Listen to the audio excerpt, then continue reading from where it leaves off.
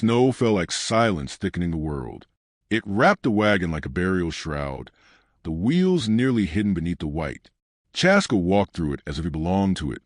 Slow, deliberate, his moccasins making no sound. The pines whispered above him, heavy with snow, and the wind nipped at the raw skin beneath his collarbone. The trail from his hunt had turned wrong.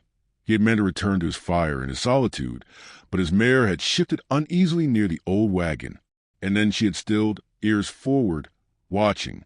He opened the wagon door, expecting nothing. Maybe a wounded fox or a broken trap. What he found stilled him.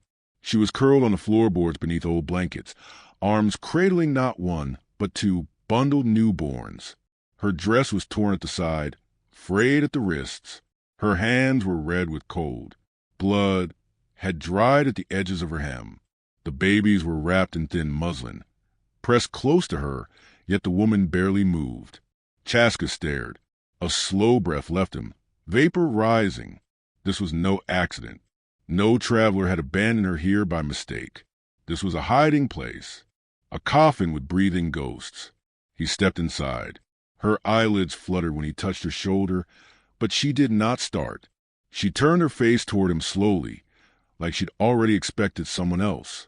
Her lips cracked when she tried to speak, but she failed. What he saw in her eyes wasn't fear. It was the blankness of someone too tired to be afraid anymore. The babies stirred. One let out a weak cry like a lost fawn. Chaska didn't speak. He didn't ask why. He gathered them carefully, first the children, then the mother, as if shifting stones from a burial ground. He lifted her into his arms. She weighed next to nothing. Outside, the snow deepened. The mare didn't flinch when he placed them all gently into the saddle blanket and turned her back toward town. He walked beside her, one hand guiding the reins, the other wrapped around the child that stirred most. He had carried death before, his wife, then his sister, but never this. It was near nightfall when he reached the edge of town. Candlelight flickered behind windows. No one welcomed him. They never did. Children watched from frost-laced glass, then vanished at their mother's calls. Somewhere, a bell rang for supper, and a dog barked twice before quieting. Maudie Parker opened her door before he knocked. She was already wrapped in her widow's shawl, as if expecting sorrow to arrive with the cold. "Well, that's a sight," she whispered, stepping back to let him through. Chaska said nothing. He laid the woman on the bed near the fire, one child in her arms, one place in Maudie's. "She's freezing," Maudie muttered. "Didn't even bring boots?" He shook his head. No use giving answers that weren't needed. She had fled. Any fool could see it. And she had chosen to flee into snow, which meant what waited behind her was worse than dying outside. Maudie poured broth into a tin cup and knelt to hold it near the girl's lips. The woman coughed but swallowed. Her eyes cracked open again. This time, the candlelight reached her. She whispered a name, but it wasn't Chaska's. "Don't let him find me," she said, more breath than words. Then she closed her eyes again. Maudie's hands didn't stop moving, didn't ask questions yet. Chaska knew the rhythm. He had seen his mother do the same after storms. Hands that saved first, judged later. The twins were tiny. Girls. No rings on the woman's fingers. No luggage. Just the scratches on her arms. The bruises too fresh to pretend she'd fallen. One mark along her jaw looked like the corner of a man's boot. Maudie saw it too. "I know who she is," Maudie said finally, voice low. "Eleanor Whitlow. Her fiancé's that Reeves boy, Clayton. Owns land west of here. Family's got money. And hell's own charm." Chaska tilted his head. Maudie nodded, rubbing the baby's back gently. "Preacher vouched for him last spring. But I never liked the way he touched her in public. Always with the whole hand. Never gentle." Chaska stared at the fire, then at the door. "She ran?" he asked, voice low as bark splitting. "She must have. And if she did, she was braver than most."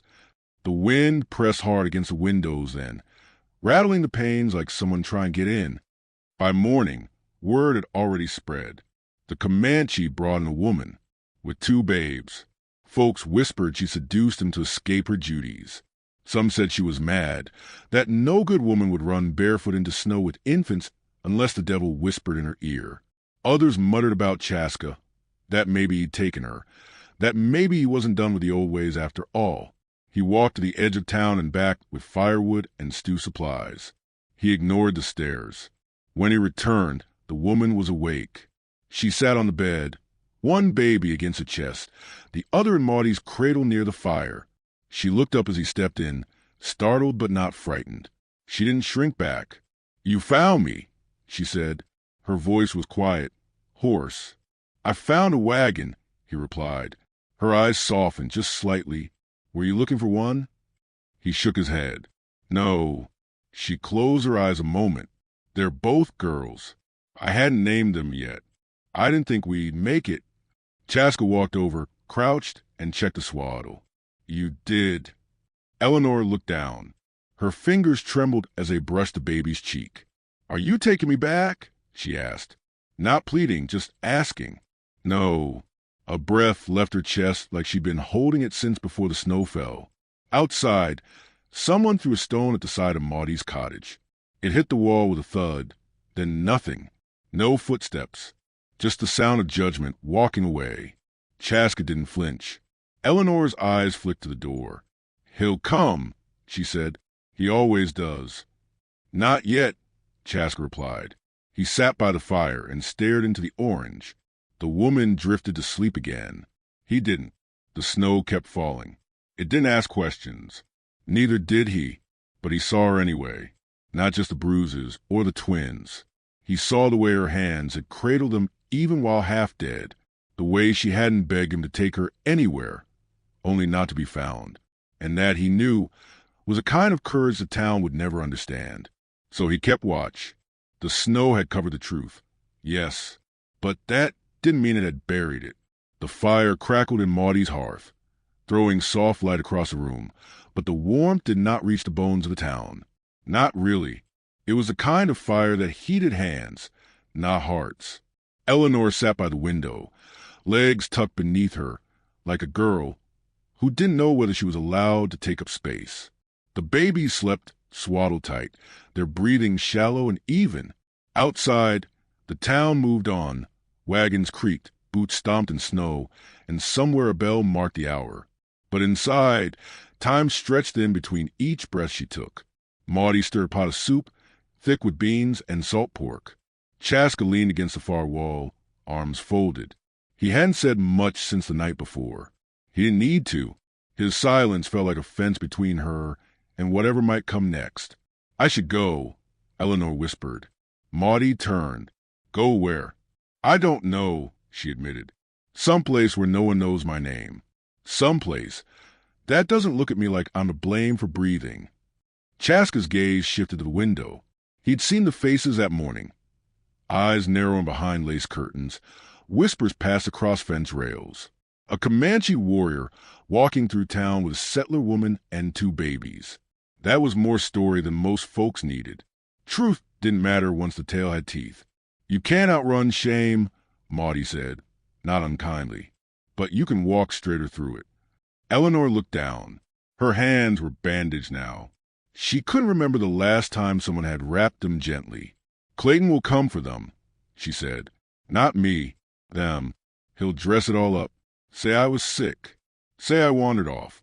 He'll cry at the church, and the town will say it was just the stress of fatherhood." Maudie didn't deny it. "He won't take them," Chaska said. Just 3 words, but enough weight to still the room. Eleanor didn't ask how he planned to stop it. Part of her wanted to believe him. Another part, the part that still trembled at sudden sounds, knew better. Men like Clayton Reeves didn't quit. They performed. They persuaded. And if that didn't work, they punished. She stood, knees trembling slightly. "I need to get out of town." "You're not strong enough to travel," Maudie warned. "I'm strong enough to leave." Chaska pushed off the wall.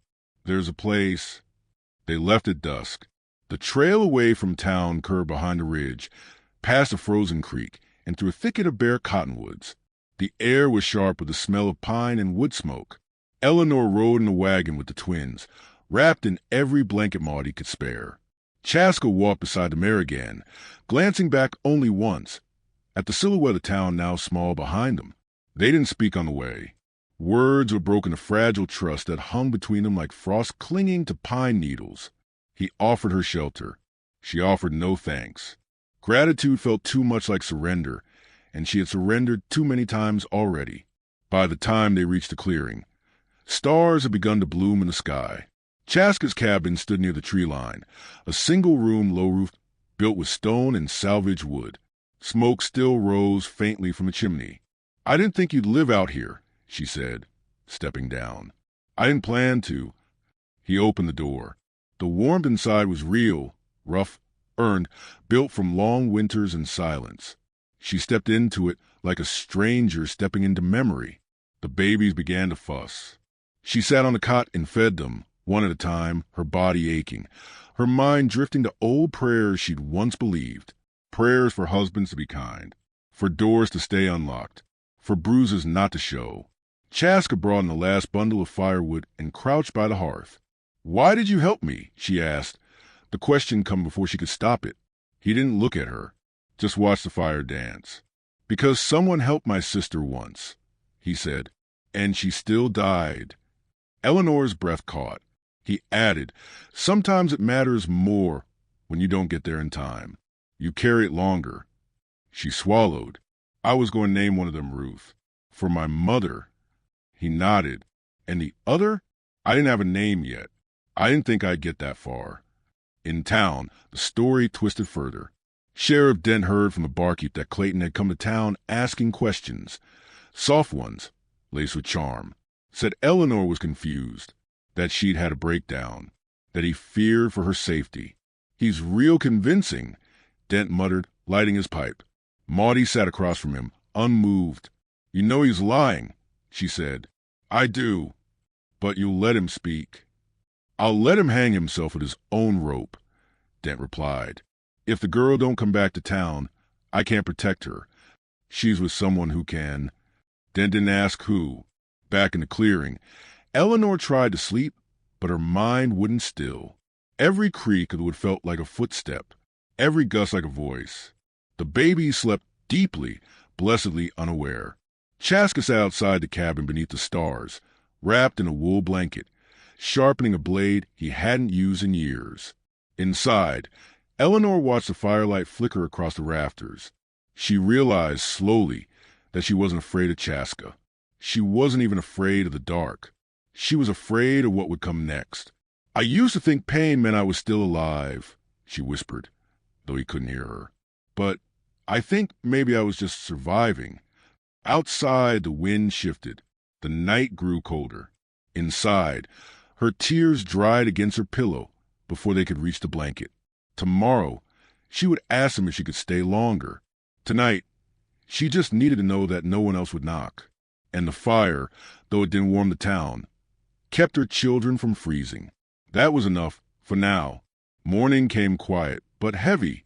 The kind of quiet that settles after weeping, where the world seems unsure whether to begin again or stay paused. The twins fussed just before dawn, as if the cold air had touched their dreams. Eleanor stirred before she was ready, bone-deep exhaustion dragging behind her movements.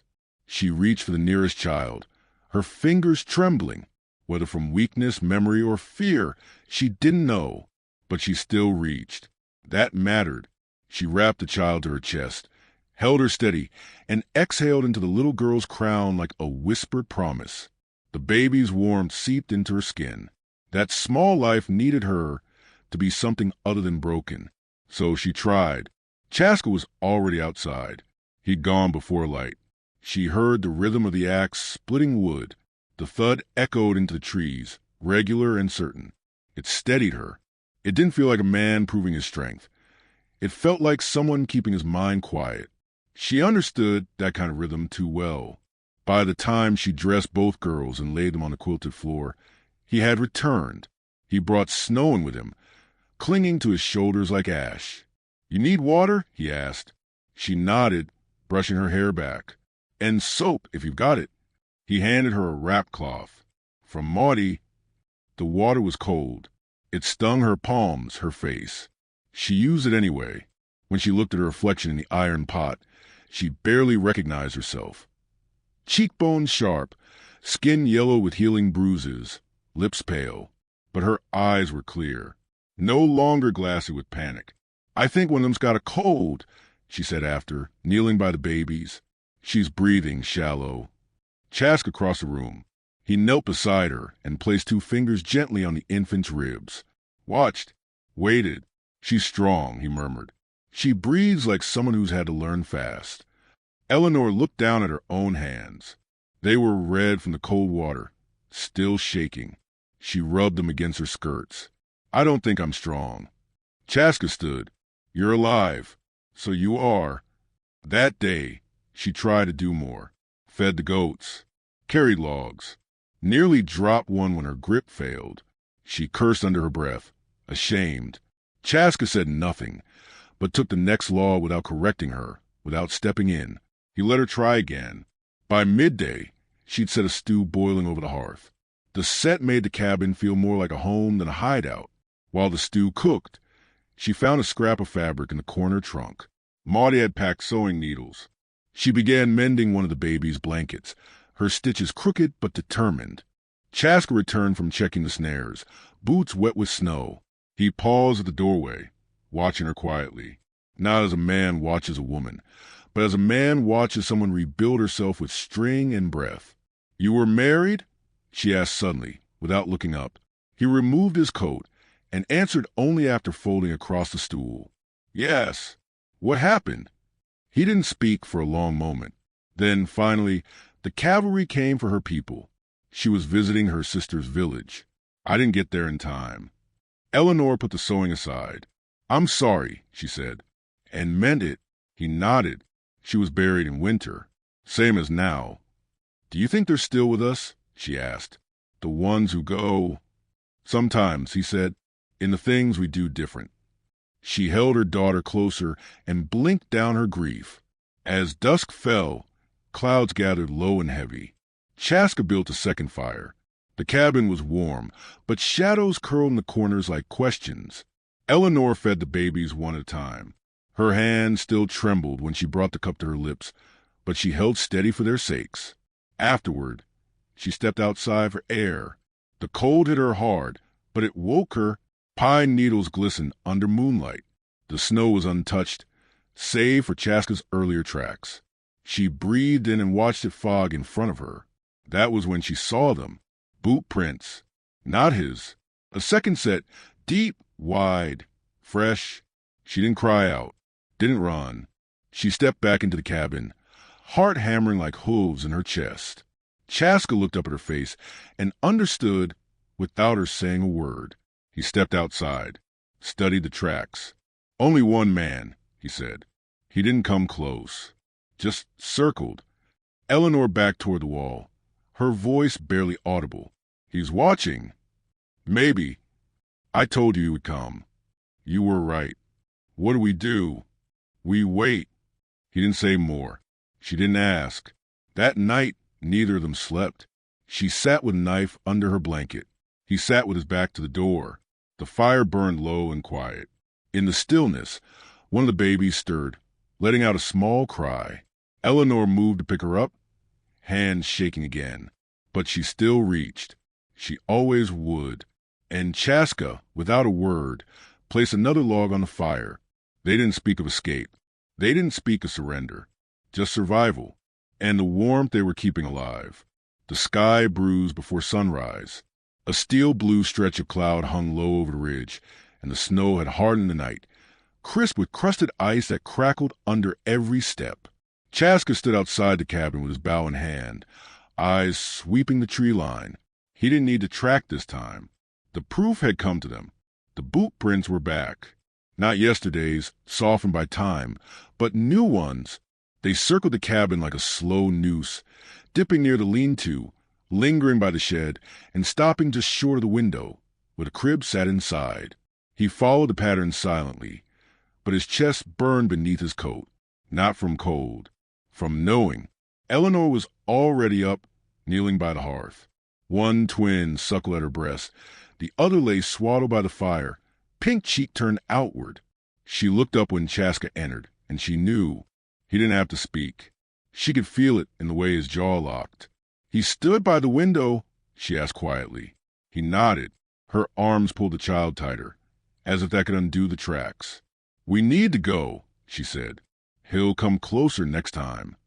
No. She blinked. You don't understand. He doesn't quit. He doesn't ask. He takes. The law bends around men like him. I know, Chaska said. That's why we stay. She stood.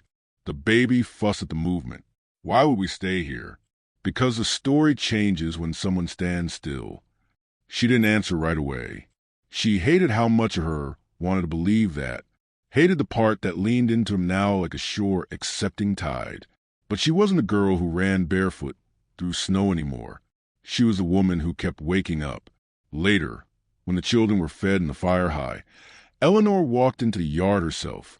Her boots crunched in the boot prints left by the intruder. The shape of them, the angle. She'd known that walk in her sleep. Too wide-legged, too sure. Clayton. She knelt in the snow, brushing her fingers along one print. Her hands didn't shake this time. Inside, Maudie's letter sat unopened on the windowsill. Chaska had brought it back from town 2 nights ago, tucked in his coat. The envelope was brittle with frost. When Eleanor finally opened it, her hands moved slowly, as if afraid it would break apart in her fingers. He's been talking to Dent. The letter read, says you had a spell, that you ran because the birth went wrong and your mind followed. He wears grief like a well-tailored coat, but it's all borrowed. He means to find you before the law asks too many questions. Eleanor folded the letter, tucked it into the baby's blanket. Her eyes went to Chaska. I'm not hiding anymore. He didn't reply, but his shoulders settled, like he'd been waiting for her to say it herself. That night, Chaska did not sleep. Eleanor did not either. They sat near the fire in silence. 2 people bound not by blood or vow but by survival. Do you think they believe him? She asked, voice low. Some will, Chaska said. Most already do. What about the sheriff? He's not deaf. He hears what's under what's said. But will he act? Chaska looked toward the door. Not until he has to. The wind rose through the trees. One of the babies whimpered in her sleep. Eleanor leaned down, hummed a soft tune, half lullaby, half prayer. Her voice caught once, but she kept singing. They're safer here than they ever were with him, she whispered. Chaska looked into the fire, shadows flickering across his face. So are you. By morning, smoke curled from the chimney like a warning.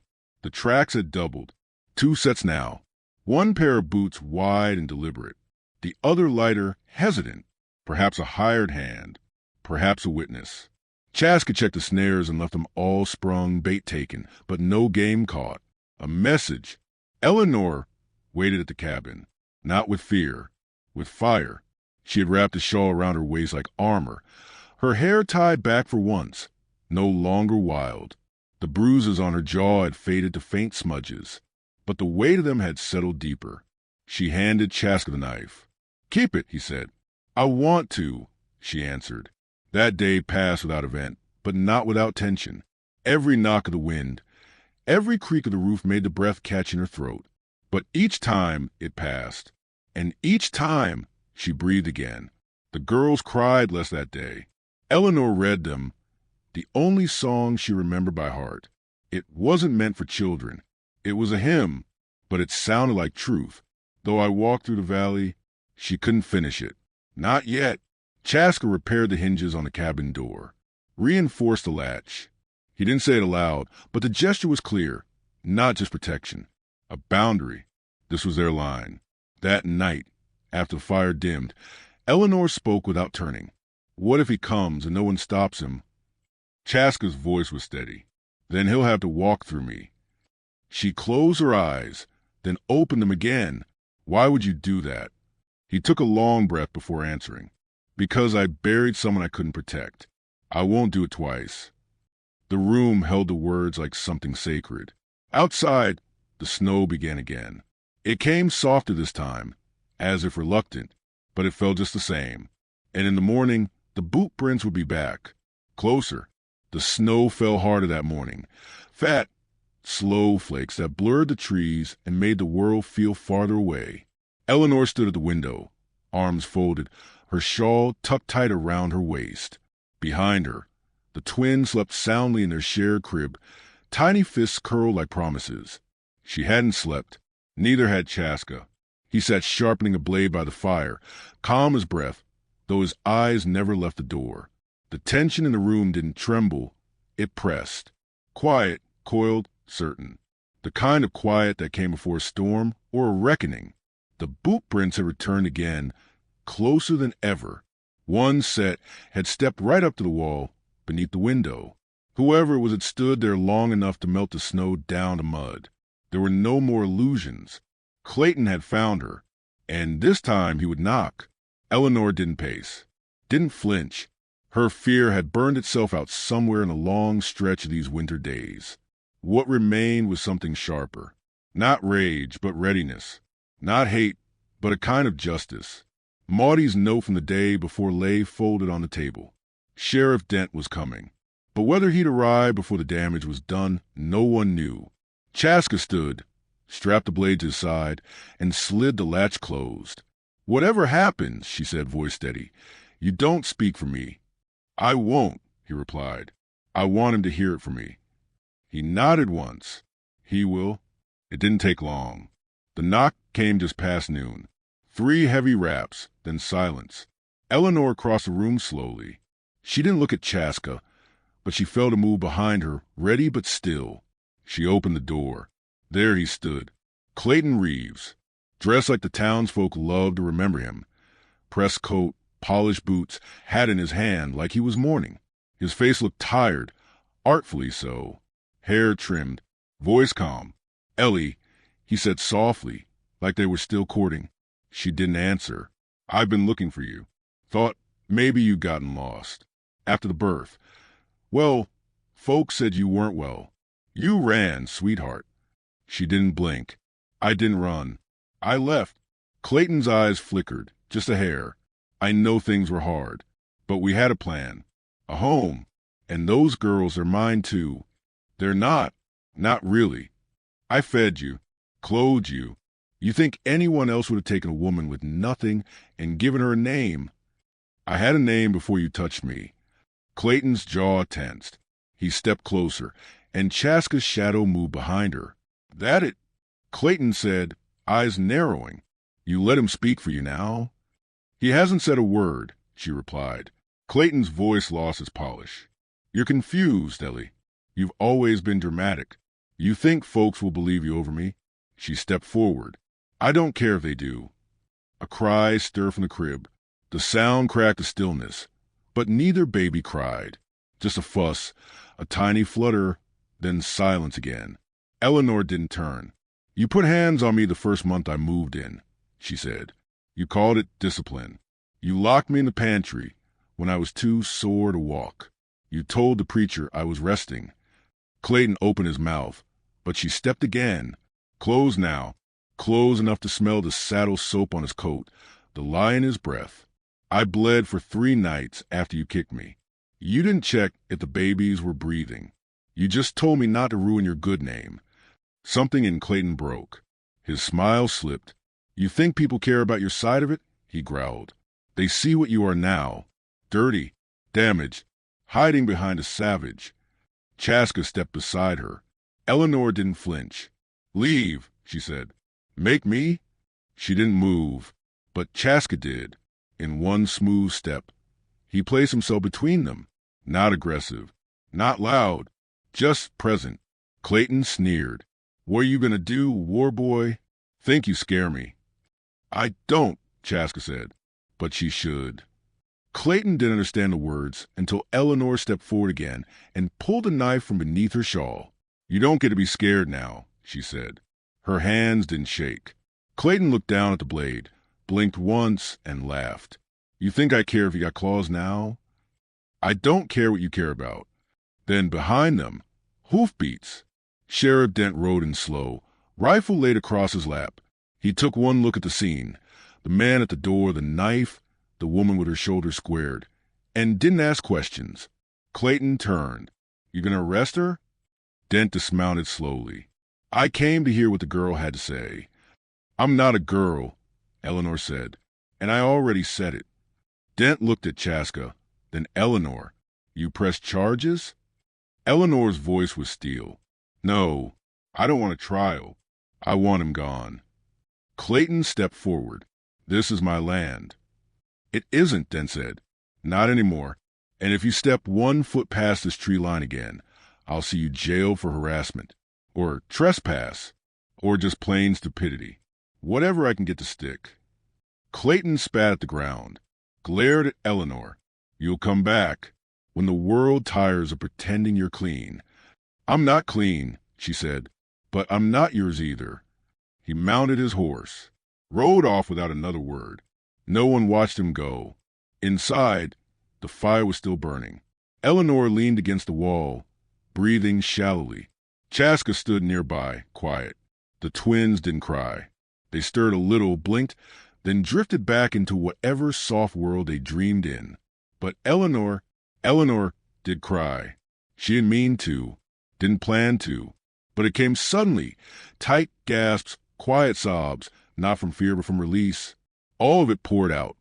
Weeks of silence, of pain, of pretending to be less than she was just to survive. She sank to the floor, face in her hands, tears soaking the wool on her knees. Chaska sat beside her, not touching, not speaking, just near. After a while, she looked up. Is this what healing feels like? She asked, voice broken. No, he said gently. This is what freedom sounds like. She laughed once, wet, breathless, then wiped her face. The fire crackled. The babies slept. And in that quiet, she finally felt safe enough to fall apart. Somewhere outside, the snow began to lighten. The wind calmed.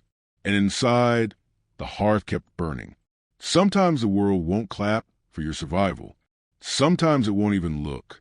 But the soft breath of a child, the steadiness of a man who stands beside you in silence, and the choice to keep reaching even when your hands still shake, that's where the dignity lives. Not in victory, in endurance. And on days when you think no one sees it, remember this. The babies didn't cry, but she did, finally, and that mattered more.